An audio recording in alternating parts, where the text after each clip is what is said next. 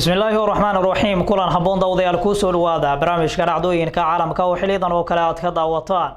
shaashada telefishinka caalamiga ee Somali News xaruntiisa magaalada Muqdisho waxa idin waramaya Salaad Maxamed Khayre qodobada barnaamijkan idin kugu soo gudbin doona haduu ay baharaale ka noqdana waxa qayb ka noqonaya dawladda wadanka Sacuudi Carabiya ayaa waxa ay shaaca ka qaaday in xuduudaha ay u furayso dawladda wadanka Qatar xilli halkaasi uu ka furmayo shirka ururka iskaashiga islaamka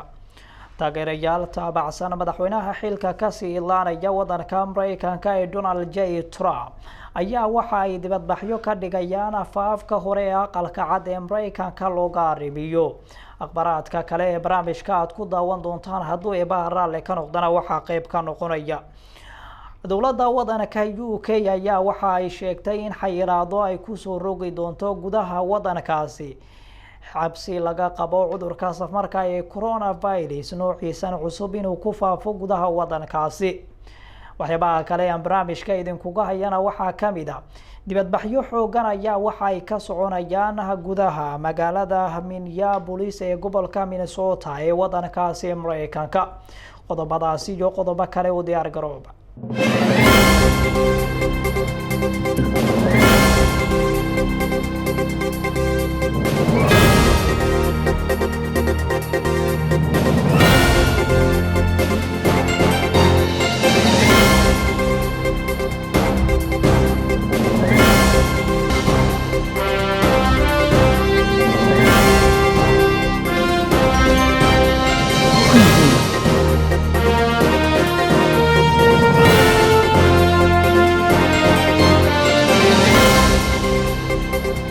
dawladda wadanka Sacuudi Carabiya ayaa waxa ay shaaca ka qaaday in xuduudaha ay u furayso dawladda wadanka Qatar xilli halkaasi uu ka furmayo shirka iskaashiga islaamka dawladda Sacuudi Carabiya ayaa waxa ay tilmaamtay in xuduudaha ay u furayso dawladda wadanka Qatar iyadoona sheegtay inay soo dhaweynayso ayna u furayso xuduudaha badda iyo sidoo kale barigana waxayna sheegtay wakaalada wararka ee wadankaasi wararka u baahisa waa Sacuudi Carabiya waxa ay tilmaamtay in tani ay tahay mid muhiim u ah guud ahaan dalalka qariijka amiirka dawladda Qatar Sheikh Tamim bin Hamad Al Thani ayaa dhigaysa boqorka Sacuudi Carabiya boqor Salman waxa uu sheegay mar uu qadka telefoonka kula hadlay bishii aynu ka soo gudubnay in muhiim ay tahay xilligan in la xalliyo tabashooyinka labada dhinac ay kala tabanayaan si loo soo celiyo xiriirkii qotada dheeraa ee ka dhaxeeyay labada dal ururka iskaashiga islaamka ayaa maanta waxa uu shir uga furmaya magaalada Riyadh ee caasimadda wadankaasi Sacuudi Carabiya iyadoona lagu gorfayn doono wadamada qaliijka khilaafka ka dhaxaloosan laguna soo afjarayo waxaana halkaasi la sheegay in suurtagal ay tahay in guud ahaanba la soo afmeero khilaafkan ka dhaxaloosan wadamada qaliijka ayaa sanadii 2017 si guud xiriirka uga jaray kadib markii dawladda Sacuudi Carabiya ay ku eedeysay dawladda Qatar in ay tahay dawlad taageerta argagixisada sidaasi daraadeedna ay muhiim tahay in guud ahaanba wadamada qaliijka ay xiriirka u jaraan dawladda Qatar waxaa xiriirka u jaray wadamada Kuwait, Masar iyo sidoo kale Imaaraadka Carabta Sacuudigana isaga ayaaba kaga horeeyay arintaasi afartan dal ayaa waxa ay isku raaceen in guud ahaanba xiriirka loo jaro wadankaasi Qatar isla markaana aysan jirin wax isu socda oo ka dhaxeeya hadii uu noqon lahaa xiriir ganacsi iyo sidoo kale mid diblomaasiyadeedba balse markan ayaa waxa ay dhabaha u xarayaan dawladaha Carbeed sidii la isugu soo dhaweyn lahaa wadamadan qaliijka ee kala irdhoobay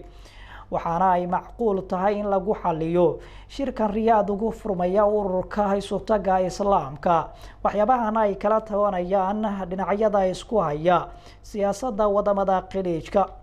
dawladda Sacuudi Carabiya ayaa la filayaa in iyadu ay garwaaqsato ujeedka guud ee ay ka lahayd xiriir u jarista Qatar waxaana macquul noqon karta in su'aalo dhowr ah arintaasi laga weydiiyo si loo ogaado waxyaabaha sababay in xiriirka ay u jarto dawladda dalka Qatar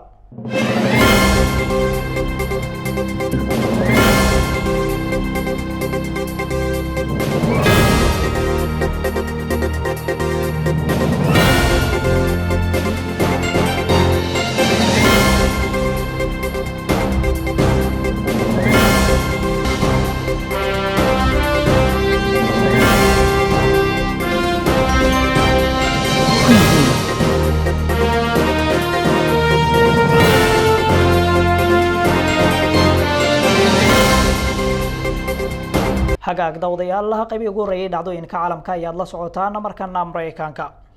taageerayaal taabacsan madaxweynaha xilka ka sii ilaanaya ee Donald J Trump ayaa waxa ay isku soo bax ka sameeyeen afafka hore ee madaxtooyada looga arrimiyo wadankaasi Mareykanka taageerayaashan ayaa waxa ay ku qaylinayeen arrimo ay ka mid yihiin ma doonayno in nala xaqiro ma doonayno in nala dafiro mana doonayno in la marin habaabiyo bulshada ku dhaqan Mareykanka taasi ayaa waxa ay kaga goleeyihiin inaysan ogoleyn natiijadii ka soo baxday doorashadii ka dhacday wadankaasi Mareykanka taasi oo lagaga adkaaday madaxweynaha iminka xilka ka haya wadankaasi Mareykanka ee Donald J Trump waxana ay ku andacoonayaan in la masuqmaasuqay guud ahaan doorashadii ka dhacday wadankaasi Mareykanka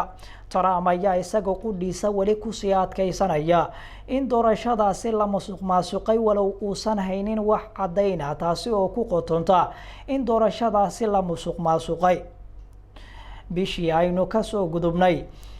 golaha codka kama dambaysta leh ee ergooyinka gobolada wadanka Mareykanka ayaa waxa ay cod aqlabiyad leh ay uga codayeen ninka lagu magacaabo Joe Biden kaasi oo ay u ogolaadeen inuu noqdo madaxweynaha wadanka Mareykanka Donald J Trump ayaa goob waliba uu istaago waxa uu ka sheegayaa inuusan wali ogolayn natiijada ka soo baxday doorashadii ka dhacday wadankaasi Mareykanka sarkaal sare oo u hadlayay gobolka Georgia ayaa waxa uu tilmaamay in suurtagal ay tahay Trump cabashooyinkiisa inaanan wax laga qaban karin maadaama uu ku andacoonayo wax uusan cadeyn u haynin sarkaalkaasi ayaa magaciisa lagu soo gaabiyay Brett waxa uuna tilmaamay in Trump uu baneeyo xafiiska waana wax macquul ah haddii la gaaro 20ka bishan aynu ku guda jirno ee Janaayo waxa si toos ah xilka loogu wareejin doonaa ninka lagu magacaabo Joe Biden isla markaana loo dhaarin doonaa inuu noqdo madaxweynaha 5 sano ee soo socota hogaamin doona wadankaasi Mareykanka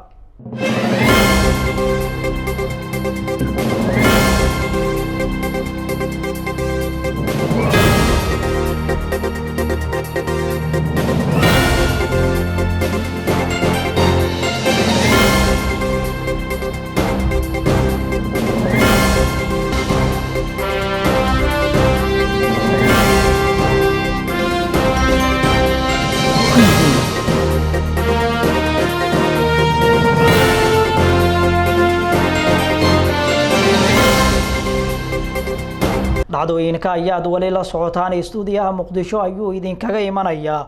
markana UK dowladda wadanka UK ayaa waxa ay shaacisay in xayiraado ay ku soo rogi doonto gudaha wadankaasi cabsi ay ka qabto noocan cusub ee coronavirus inuu ku faafo gudaha wadankaasi waxana ay tilmaamtay dowladdu in suurtagal ay tahay haddii ay bulshada isu timaado in la isqaatiyo noocan cusub ee coronavirus kaasi oo farabadan ku haya meelo badan oo wadankaasi kamida magaalada London ee caasimadda wadankaasi ayaa waxa ku faafaya noocan cusub ee coronavirus iyadoo dad aad u tiro badan maalin walba uu soo ridanayo wasaaradda caafimaadka wadankaasi ayaa waxa ay ka digtay in haddii ay bulshada isu yimaadaan si fudud uu ku baahi doono noocan cusub ee coronavirus isla markaana uu gudbi doono wadamada dariska la UK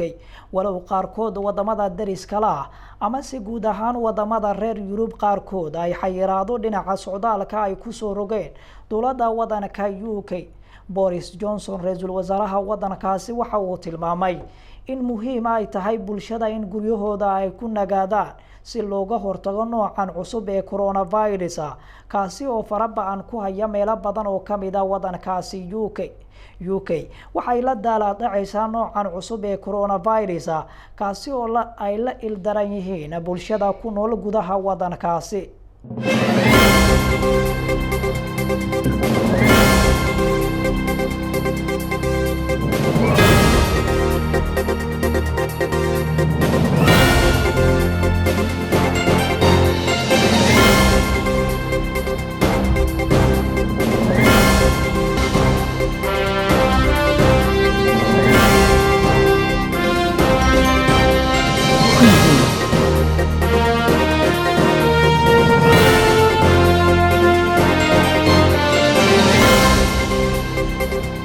ugu dambeeyay ee dhacdooyinka ayaan markan ku siisay qeynay aynu eegno dhanka iyo wadanka Mareykanka. dibadbaxyo xoogan ayaa waxa ay ka soconayaan magaalada Minneapolis ee gobolka Minnesota ee wadankaasi Mareykanka. dibadbaxyo maalintii saddexaad galay ayaa waxa ay ka soconayaan gudaha magaalada Minneapolis ee gobolka Minnesota ee wadankaasi Mareykanka, kuwaasi oo ay ku diidan yihiin dilka sharci darrada ah ee booliiska wadankaasi ay ka geysanayaan gudaha magaaladaasi. nin lagu magacaabo Dolaal Ciid oo 28 sano jir ah ayaa lagu dilay toddobaadkii tagay gudaha magaalada Minneapolis ee gobolka Minnesota, waxaana dibadbaxan uu salka ku hayaa dilkaasi loo geystay ninkaasi madowga ah isla markaana Soomaali ah. waxaana la tilmaamay in dadka ku dhaqan gudaha wadankaasi Mareykanka ay cadaadis xoog leh ay kala kulmayaan booliiska wadankaasi, walow se ay uga badan tahay dadka madowga waxyaabaha dhibaatooyinka ay kala kulmayaan booliiska wadankaasi. sanadii tagtay ayay ahayd markii nin madow oo lagu magacaabi jiray George Floyd lagu dilay bartamaha magaalada Minneapolis ee gobolka Minnesota, taasi oo sababtay in dibadbaxyo kala joogsi aan lahayn ay ka dhacaan magaalooyinka waaweyn ee wadankaasi Mareykanka, iyadoo bulshada madowga ah ee wadankaasi Mareykanka ku dhaqan ay dibadbaxyo ka dhigayeen meelo badan oo kamid ah wadankaasi Mareykanka, waxayna ku diidanayeen dilka sharci darrada ee booliiska wadankaasi ay kula kacayaan dadka madowga ee lagu heebsooco gudaha wadankaasi Mareykanka. ninkan lagu magacaabo Dolaal Ciid ee lagu dilay toddobaadkii tagay gudaha magaalada Minneapolis ayaa waxaa ka carooday dad aad u tiro badan, kuwaasi oo sheegay in booliisku ay kaga qaldanaayeen qaabka ay u dileen Dolaal Ciid oo 28 sano jir ah, kaasi oo lagu dilay bartamaha magaalada Minneapolis xilli uu ku socdaalayay wado ay markaasi booliiska ku sugnaayeen. booliiska ayaanan ilaa iyo hadda arrintaasi ka hadlin, mana jirto wax loo sababeeyay dilka loo geystay ninkaasi madowga ah loogana geystay gudaha magaalada Minneapolis ee wadankaasi Mareykanka. وهجا داوديال markan waxaanu isla soo gaarnay guntii gabagabada dhacdooyinka caalamka oo si toos ah idinkaga imanaya stuudiyaha TV-ga uu ku leeyahay magaalada Muqdisho. barnaamijka inta uu soconaya dhanka kamerada waxaa ka saaciday Cabdirasaaq Sanka, farsamada hagaagsanna waa Faysal. tan iyo kulan dambe waxaanu idinkaga tagaynaa sida ay joonabadiin. wassalaamu calaykum waraxmatullaahi wabarakaatuh.